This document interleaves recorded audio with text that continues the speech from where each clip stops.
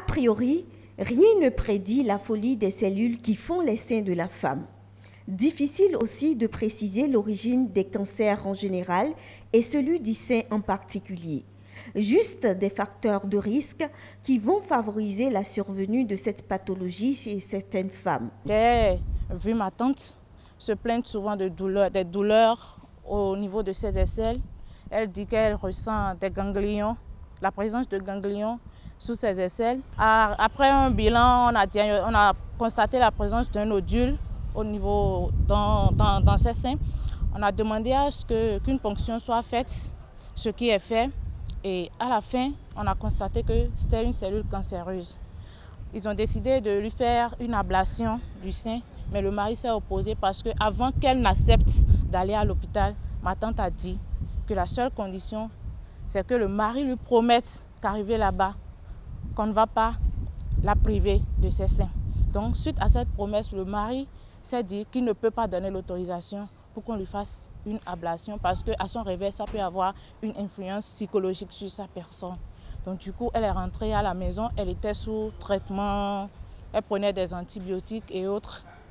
On a constaté qu'elle a commencé par perdre du poids, considérablement du poids. Elle a commencé par perdre ses cheveux et je ne sais pas si c'est ce cancer qui est encore à la base d'une insuffisance rénale qu'elle a vécue. À la place de ses selles, c'était le sang qui sortait. Ses seins étaient tellement volumineux et ça pesait tellement qu'elle était obligée d'accrocher un foulard à ses cous pour soutenir le poids. Et chaque fois quand nous décidons de voir, on dit « mais tante, je veux voir, je veux toucher, je veux sentir », elle dit « mais vous n'aurez pas le courage parce que si tu touches, tu n'oublieras plus jamais ça ».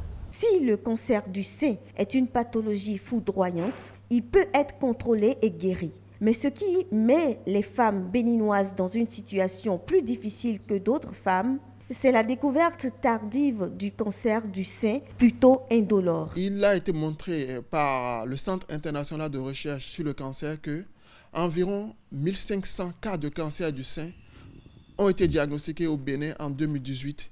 Et parmi ces 1500 cas, nous avons enregistré au moins 750 décès, ce qui fait une mortalité d'environ 50% lors de la toute première année.